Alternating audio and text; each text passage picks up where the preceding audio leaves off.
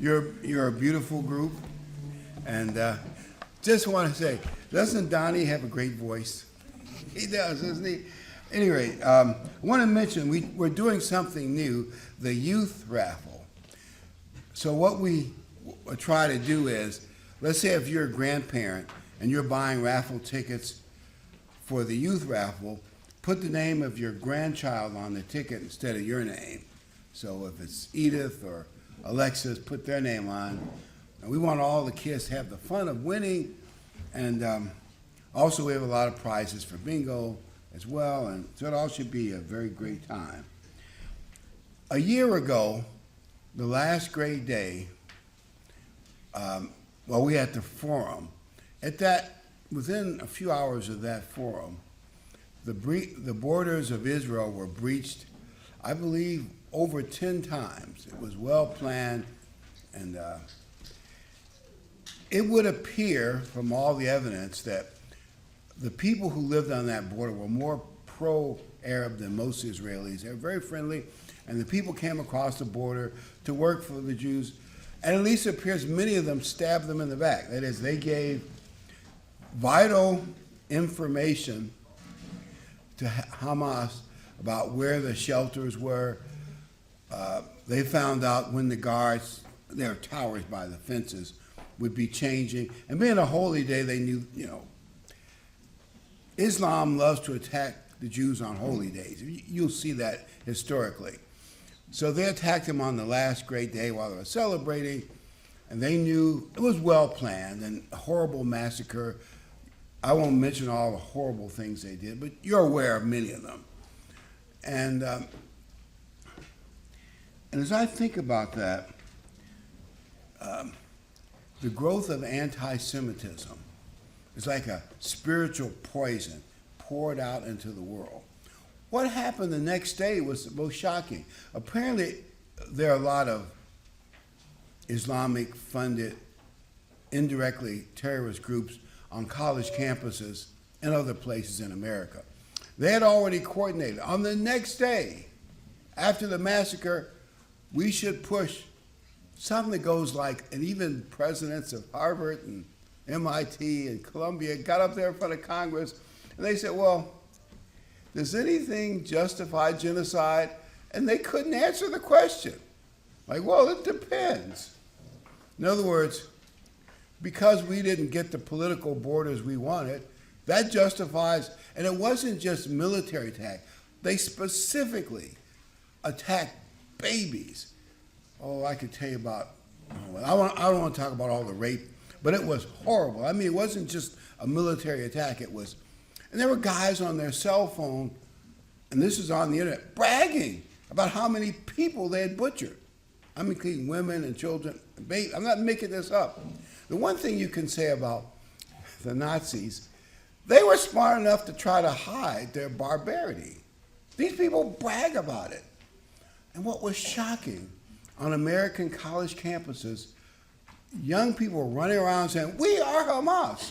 And this is a brutal terrorist organization. And then they burned the Israeli flag. You know which flag they burned next? The American flag. I'm not making this up. And there are Jewish students who were chased around campuses by mobs of students, at least in several cases I've heard of, when they went to the Administration for Protection against the mobs of students, many led by Islamic terrorists, they were told, well, hide your Jewishness. Don't wear the Star of David. Don't. I'm getting all the details. Wow. It's almost like they're saying, well, because we have border issues, it's justified. And what that tells me is the greatest hatred, if you look at history in a long view, is anti-Semitism. Because Christ was Jewish, the Jewish nation preserved the truth. I could say more about it, but we know the Bible well enough to know that clearly. Satan hates the Jews. He also hates the Church of God, and he also hates America, but we're further down his list. And when the anti-Semitism was like a canary in the mine, and the miners can't see or smell the poison gas, but the canary died. When that canary dies, you better get out of there. When anti-Semitism is pushed up, you know the hatred and anger of the spiritual world is at a high level. Now, this, of course, has happened many times in history, and I also think Satan will do something else, deception. He'll deceive people. A lot of these college students, I'm sure many of them, because I was young once. When you're young, you're kind of idealistically, you get, I won't go into detail, but you know what I mean. They're misguided and idealistic, and they're thinking to themselves, I'm doing the right thing from the river to the sea, which really is an indirect genocide or destruction of the Jewish nation. Where do you expect them to go? You know what I mean. They really don't realize that they're being deceived and caught up in horrible hatred. So today the title of this sermon is, if we want to stay ready spiritually, we have to avoid the trap. So we have to avoid the trap. And I want to talk about the trap today. You realize that Feast of Trumpets represents Jesus Christ conquering this world, and then atonement, bringing it together, and the Feast of Tabernacles represents Christ bringing them 1,000 years of paradise. And then last great day, he'll handle those that weren't called, and then we'll all be in God's family. Well, to get to that point, we have to avoid the trap. And I thought about this since I'm 81 and a half now, and my health is not what it used. Anyway, you don't want to hear any sympathy, see? But what I'm saying is, it is likely that some of us will pass before Christ comes. However, if you're thinking, well, I can kind of relax and coast, I don't have anything to worry about, you don't know when your end is coming. I could tell you stories of people we saw at Pentecost healthy, and they're worried about other people's health, and they're gone. Just like that. They went to work, and a few minutes later, they had a heart attack.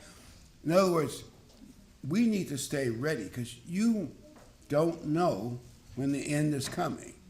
Now, many of us will live to see it, so I'm not saying some of us won't. But in other words, one of the things when you read the New Testament, you realize the apostles thought Christ would come back in their day. And God allowed that, because that warning put pressure on them to be all they could be. You think about it. When there's no pressure, you tend to relax and drift away. And so as you can look at that poster over there, some things are good for us. But what we have to do is we have to handle the pressure of not knowing when the end is coming with wisdom, Bible wisdom. That's what we're going to talk about today, and probably in the forum on Wednesday night as well. And one of the things that we believe in this church is a balanced message. That's the other poster over here. A balanced message. A balanced message means you don't neglect the warning and waiting and watching for the end time. And a lot of churches are afraid of that because they've been burned, and we'll talk about that in a minute. But also Christian living. We want to do both things. Look at the warning, because it could catch a lot of people by surprise. And we'll talk about that too. But also Christian living.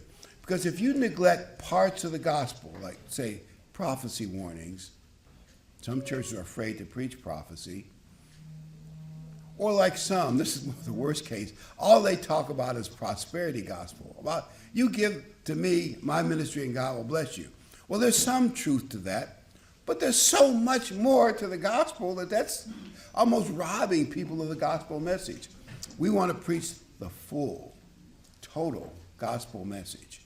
The total gospel message. So I want to talk about the trap that awaits us. And look at the dimensions of the trap that awaits us. One of the problems we have a bias built in. Because we're eager for the end, when we evaluate news, we're likely to say, oh, I just saw that happen in Europe or the Middle East. Christ is coming back soon. You see what I mean by a bias in your analysis of news? We have to evaluate news wisely with a lot of Bible knowledge. And I'm not saying we still will not totally predict when Christ is going to come, but we won't overreact because you know you got the bias. You know you've got the bias because obviously we want Christ to come back. So we have to analyze news with wisdom, Bible knowledge, some historical backgrounds. You can put it in context. I'm going to read Ephesians 6:10. You all know these scriptures, but I'm going to read them anyway. Ephesians 6:10. Finally, my brethren, be strong in the Lord and the power of his might.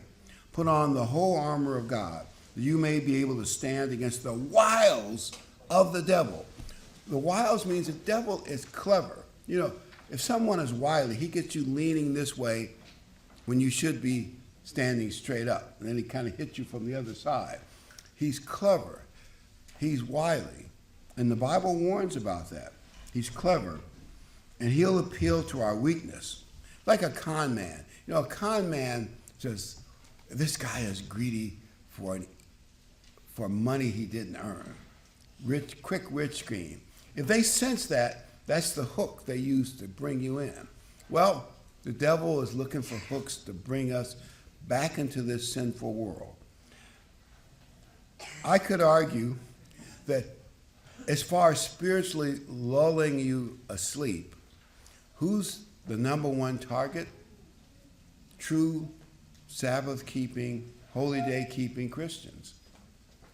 He'd probably rejoice every one of us he could lull to sleep. And he's going to try it.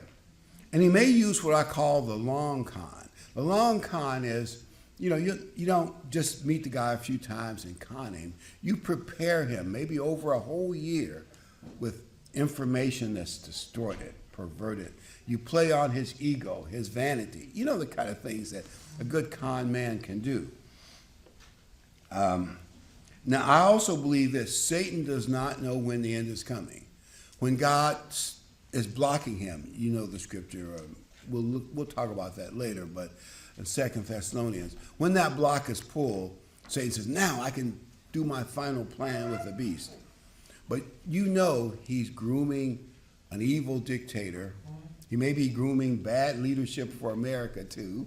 You know he's grooming, he's planning, he's working. So when his opportunity comes, he's going to be ready. And but he's also working on us, a little here, a little there. And he wants to lull us to sleep. And he uses useful idiots. That is, people like the college students.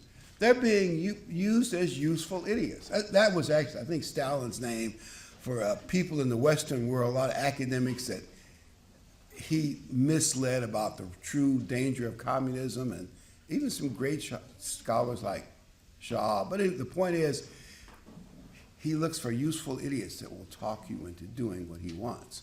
And some are celebrities on TV that have all the hair, right?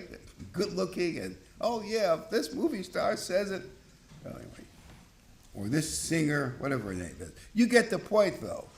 He'll use useful idiots who don't know they're being used to pull you away.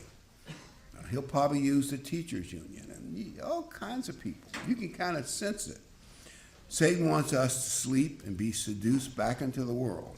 Verse 12, for we do not wrestle against flesh and blood, but against principalities, against powers, against rulers of the darkness of this age, against the spiritual host.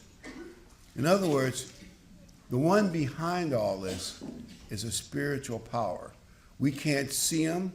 Although, what I would say, you can't see the devil, but you can see his wreckage. You can look at academia and see all the crazy stuff they're teaching. Can't you see the wreckage of the devil? You can go to Hollywood and see some of the stupid things they're saying. Can't you see the wreckage of Satan? You look at new TV shows. There may be an exception or two. Can't you see the wreckage of Satan? You look at what's going on now, and all over the world. Verse 13, therefore take up the whole armor of God. In other words, And that's get back to the basics, things like faith, prayer, Bible study.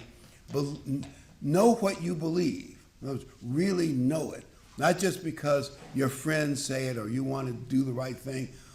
Know it deep inside. Get it. When you're here at the feast, one of the things many people will regret,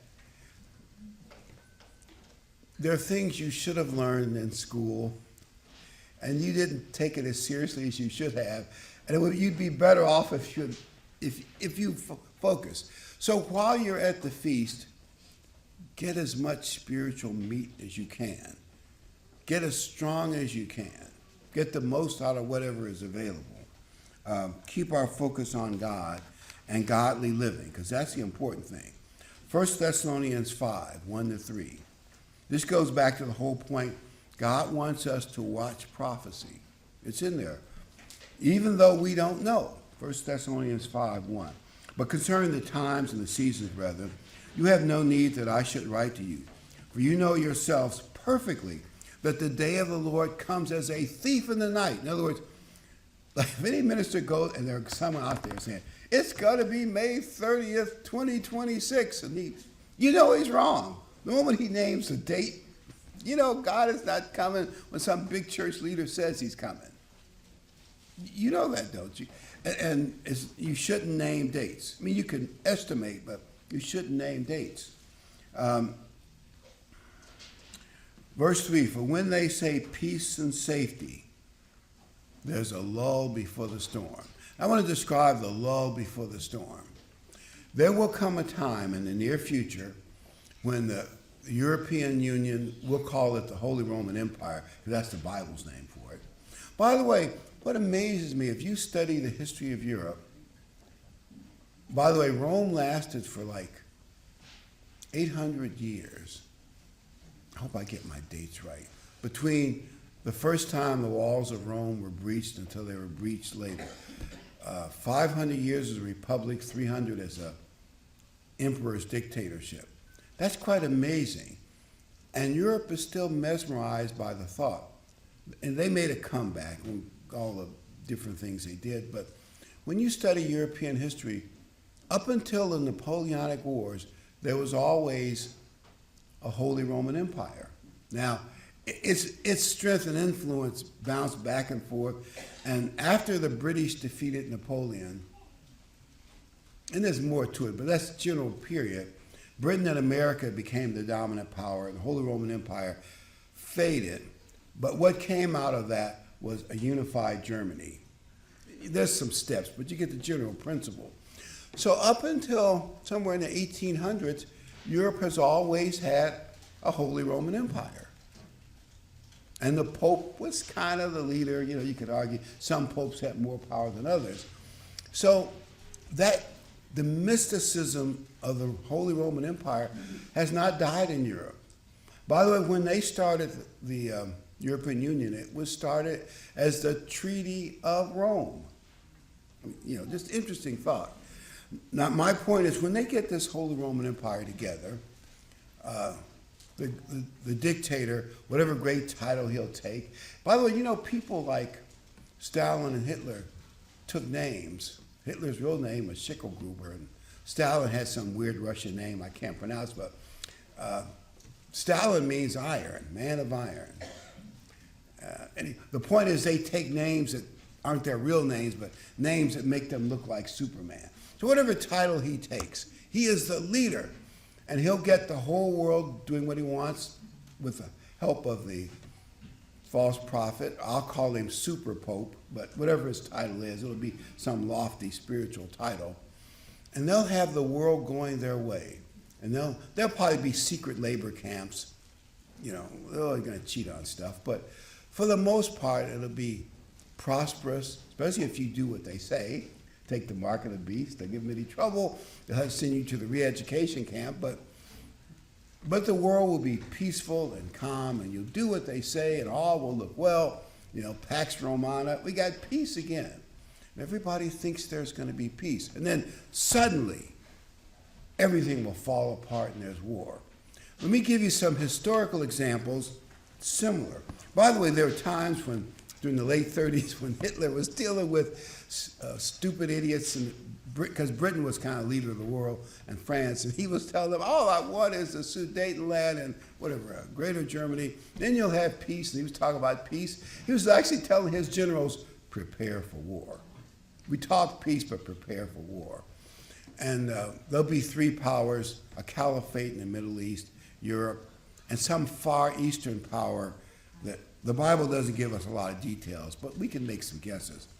But here's a historical example. In 1940, there was a little pushing back and forth aboard, nothing significant.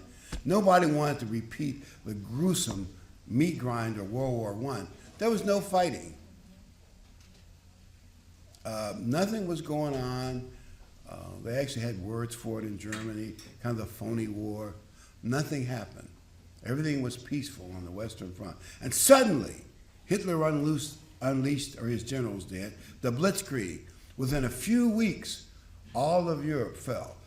Considering they fought for years over 10 miles, the fall of Europe so quickly was like a shock to the world.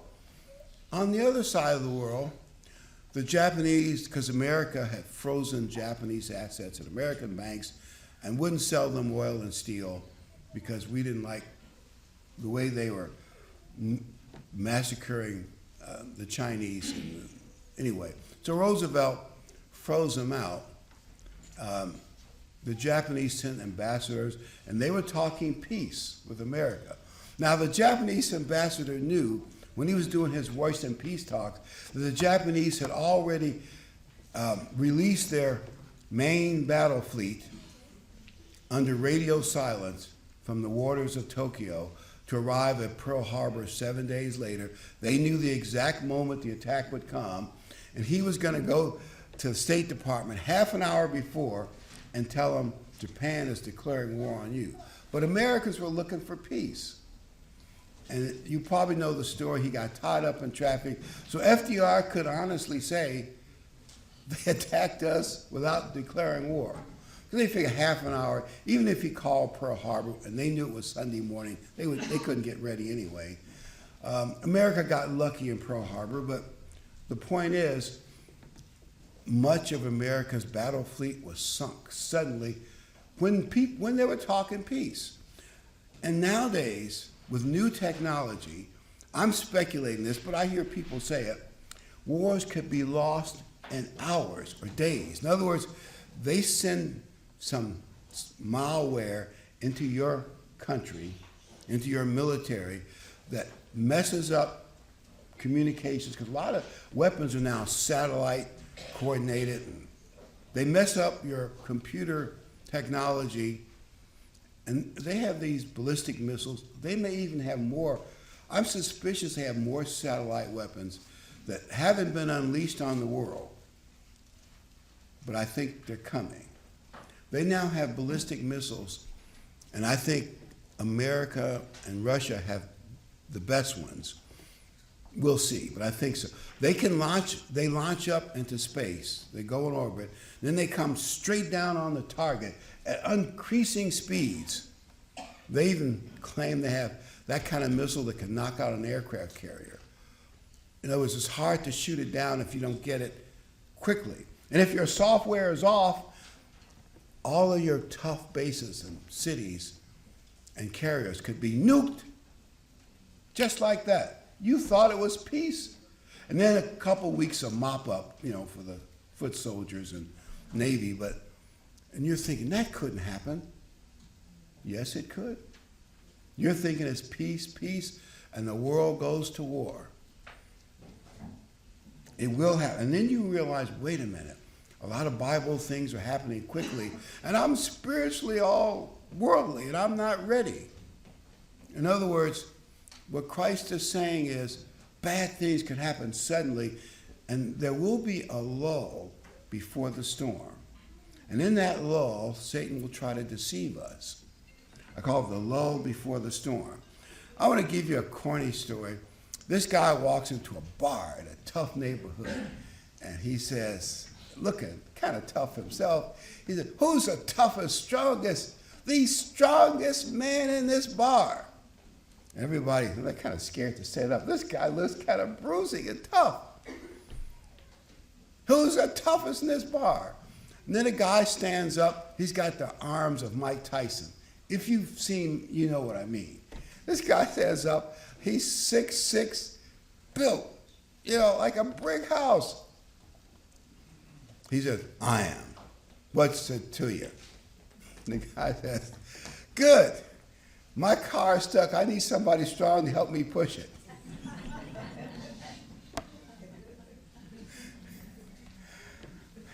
Well, I tell that corny story to make a point. Stay spiritually strong, because there will be a time of the lull before the storm when it'll look like everything is going the way of the world. Peter said, they're going to say the end is not coming. Everything goes like it always has gone. And also, the self-deception. People will lie to themselves. They gaslighting. And I think a lot of people in this world do not care about the truth, any truth. They lie about everything. Was she really the border czar? I remember talking about being the border czar. Now, no, I never was. I think, and I guess if you lie well enough, you convince yourself it's true, and you're following, yeah, she was never the border czar. That was all. In other words, truth becomes relative. Did you see how Satan would love that? Truth is relative. Self-deception is coming. These traps lead us away from God. And the devil, God wants us to stay strong, committed. The devil wants us to fall asleep and go with the flow, like dead fish, flotsam and jetsam, downstream as the world becomes more immoral, more paganized. Here's principle one, and what I call agnostic deception. Principle number one is when the people and the government remove God, like they kick God out of the school. You ought to read the story about Madeleine O'Hare and how she would deceptively got God kicked out of the public schools. That old joke? Why does God allow school shootings? Do you realize they kicked God out of the school in the 60s? Let me tell you a little bit something about Madeleine O'Hare. You might find it interesting, but her entire story is all deception. In the 1950s, she was so excited about communism, she moved to Europe so she could get closer, because the American embassy wouldn't do it, so she could move to Russia. Well, the Russians don't want the Americans in there. They think too freely. After 2 years of trying, they wouldn't let her in. So she came back to America and said, well, if I can't join communism, I'll bring communism to America. Anyway, one of her big deals was, by the way, for communists, they think Bible Christian traditions are their number one obstacle to pulling America into a socialist, pagan society. So that would, and if you can get to schools, long con, you're making progress. So that's the first principle. A lot of the agnostics are earth worshipers. Principle number two in agnostic deception is people will worship something. If there is no creator-type, Bible-type God, they will worship something, maybe trees and animals, or the government and its chosen leader. The government becomes your God. It gives you everything. A lot of them like that. It gives you whatever little bit they give you, keep you quiet and keep you doing what they want you to do. And the beast is going to sit in the temple calling himself God, backed up by a vast propaganda machine. And I'm not going to read the chapter, but if you read 2 Thessalonians 2:1-4, he sits in the temple of God showing himself that he is God. And it says, God will allow this deception because they do not love the truth. If you read verse 8, 9, and 10, that same chapter, they don't love the truth. They like being gaslit.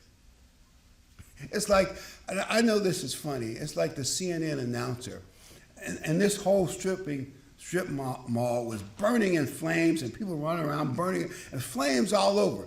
And he said, well, this is a mostly peaceful demonstration. And it was burning, looting and burning behind them. And you know what? I imagine people who love CNN and deception, they probably bought it. Well, there's a little bit of fire, but this is the kind of garbage the media pushes. Don't look at your lying eyes. Believe the propaganda we tell you. And I'm seeing it. I am. I'm like, wow. It's amazing. It really is. And it's a weakness to not want the truth. Romans 1:18. For the wrath of God is revealed from heaven against all ungodliness and unrighteousness of men who suppress the truth in unrighteousness. Verse 19. Because what may be known of God is manifest to them, for God has shown to them. Basically what he's saying, mankind, Paul is saying many years ago, decided to reject the true creator God because they wanted what they want. By the way, most pagan religions, with few exceptions, don't have anything like the Ten Commandments. They don't have a tough moral code. And a lot of people like that. I want a religion that it does what I want it to do for me, instead of me having to serve God and do what he wants. And can you see how the world made that decision? That's what they like. And schools are teaching evolution, CRT, and neglecting true American history. You know, if you ask, even I've seen these questions on the beach of college students, all have gone through high school, and you ask them some basic questions like, who did America have to defeat to become a free nation? And they'll say stupid stuff like North Korea. Man, they didn't learn anything about American history, the traditions of the United States of America, and they say stupid stuff. I can elaborate, but I'm sure you know what I mean. America has been the shining city on the hill, as Ronald Reagan said, which is a Bible thing, but for the rest of the world, why do you think all these people are flooding into America? They still want freedom and prosperity, no matter what the media tells you. Oh, America's racist. People from every race and every country are flowing in because they know better. As well as being bribed by the administration because they want them as voters to replace your votes so they can lock in. Like California is a one-party state because there's so many immigrants from that loose border for decades that they know they've got voters that'll, doesn't really matter, but they could put up Humpty Dumpty as a Democratic candidate for anything and he'd win. They want to do that to all of America. You know that, don't you? So elections just become a formality, like in most communist countries. And they kick people off the ballot they don't like they did to RFK Jr. You see the principle, don't you? That's where we're headed. And what's happening in Britain? In Britain, if you show videos of some of the riots over there, you could go to jail. They're telling people, shut up, don't show the truth on your phone to Facebook and all those others. Literally, and Britain, Australia, to some extent even Canada, have a lot of censorship. You know they want to bring that here, don't you? Why are they so mad at Elon Musk? Because he bought Twitter, found out how much they were censoring the news, and he said Twitter will now be open to both sides. Well, you know that socialist governments don't want both sides heard. They want to brainwash you, and they're good at it. They really are, and they're going to get better at it. And they're replacing America in our Western version of government. They're going to have some kind of religion. I really don't know what it will be, but I guarantee they will worship the man. And you might laugh and say, worshiping a man. people like, at least for a while, Mussolini and Hitler, from the Roman, when the Romans had their big parades, and they shot their hand up and said, "Hail Caesar!" And he had his big parade, and he brought in all his victories and stuff. They actually worship Julius Caesar as a god. And we might laugh at that, but it's true. And when Hitler was running around Germany, Heil Hitler, it's the same. And this little guy that looked like Charlie Chaplin, not impressive. Same thing with Stalin. Nothing too impressive about him. People were taught to worship Stalin and to worship Hitler. As laughable as that sounds, it's going to happen again, but it's going to be more successful this time, at least for a few years. It's coming, and many of us will see it. And don't believe people say, "Oh, there's no end coming." There's no real literal coming of the second coming. Believe me, it is coming. I'm going to read 1 Timothy 4:1. And so turn with me to 1 Timothy 4:1.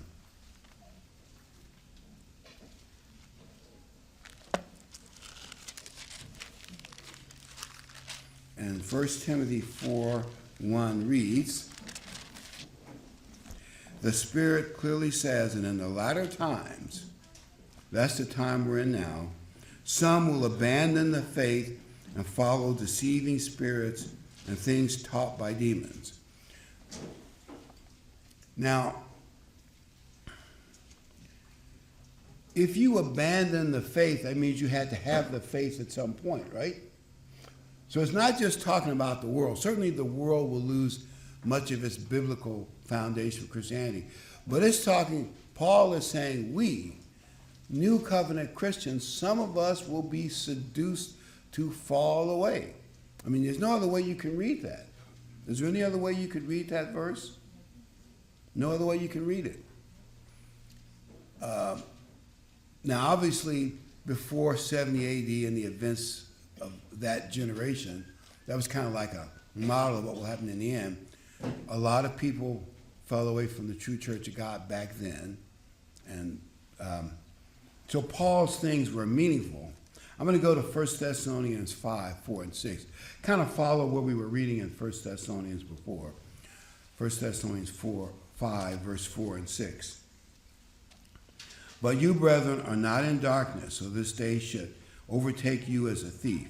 You're sons of light and sons of the day. We're not of the night, nor of darkness. Therefore, let us not sleep as others." In other words, a lot of churches and the world are asleep at the switch. They don't see the danger coming. But let us watch and be sober. In other words, take it seriously. Stay spiritually strong, even when things look calm and nice. Let us watch. Any church that tells you, we don't need to talk about prophecy in the end time, yes, we do. I mean, it's not the only thing. We talk about Christian living. You got to learn how to obey and be strong. But we want to do both. But we want to do it with wisdom, like we mentioned over there. With wisdom, with Bible and historic insight, that we're not going to overreact, whoa, whoa, whoa, because we know better. That's how people get burned out. We're going to watch with insight. And I'm going to just paraphrase Luke 21:34. But it basically says, "Lest your heart be weighed down with carousing, drunkenness, and the cares of this life." You start worrying about house payments and credit cards and getting the giant screen TV and a big new SUV. Not that I'm against any of that stuff. And my grandkids want this or that. And your favorite singer or movie star, whatever you get, all the things, and they crowd out God. They crowd out keeping the Sabbath. They crowd out prayer. You almost have to discipline yourself to make yourself do it, because human nature does it. And I believe in that trap, that lull, there'll be a hidden barb that will look attractive. And that trap will snap shut on us. And in Luke, he says, watch that you'll be found worthy to escape. In other words, our problem should not be debating, how is God going to protect us in a place of safety? How is not the big issue. The big issue is, are we with Christ? And then we'll get the protection. That's the question. Well, how's he going to do it? In our home, in this town, or in some camp in the Ozark Mountains, whatever God decides to do. The question is not so much how. God may do it in various ways. The question is, are you remaining with Christ during times when things are going to go the other way? Because someday the block will be dropped and Satan will be able to pull his full forces of deception.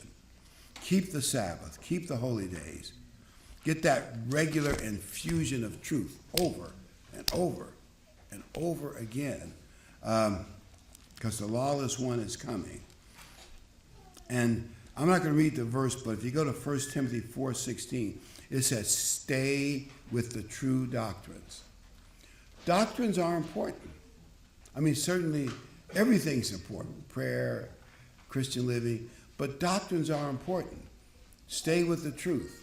Father, if someone comes to you with a whole bunch of new doctrines, if they seem to undermine the things we've always believed, remember the burden of proof is on them. The odds are they're wrong, or they've been deceived, or they're taking something out of balance, all kinds of possibilities. But the burden of proof is on them. Stay with the true doctrines. Maybe we can improve them a little bit. We can always grow in truth. But stay with the foundation. Stay with the true doctrines. And people, Satan wants us to become habitual sinners, where you lie to yourself. Oh, it's not so bad. I want to do this or that. You want to stay honest with yourself, even about your own human nature.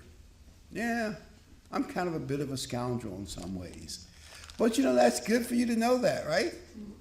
Kind of know what your weaknesses are and work against them. I mean, anybody that says, I've always been pious my whole life and I've never made a mistake, he's lying to himself, right? And the older you get, the more you know it. Remember when the woman was caught in adultery and Christ started writing in the sand? The older people left first, because he probably wrote some girl's name or boy's name or some situation about when they took a bribe. They've been around long enough to know, I haven't lived a perfect life. As we get older, we should know that. Know it, believe it. Don't lie to yourself. Truth does exist. And don't say to yourself, it's whatever I want it to be. And obviously, deceivers will appeal to our ego. They will stroke your ego. Stay humble. I mean, it's a good thing. Stay humble. No matter how talented, charismatic, charming, successful in business, you can build stuff. It's wonderful that you're gifted and talented, but gifts all come from God, so don't let it go to your head. Stay humble. 2 Timothy 4:7. 2 Timothy 4:7. I have fought the good fight. Was Paul resisted his human nature. I have finished the race. I've kept the faith. At this point, he knew that Christ wasn't coming back in his lifetime. Finally, there's laid up for me a crown of righteousness, which the Lord, the righteous judge, will give me on that day, and not me only, but also to all who love his appearing. Hopefully that's us. We love his appearing. Fight the good fight. Remember, Satan wants to wear us down. He wants us to gaslight ourselves. He's pulling great deception and bribery. Watch events, but from a wise biblical perspective. Keep the Sabbath, holy days. Keep the truth. Keep getting that input. Remember, a dark lull, a false peace is coming on the world like a trap. Stay ready so that trap doesn't gobble you up.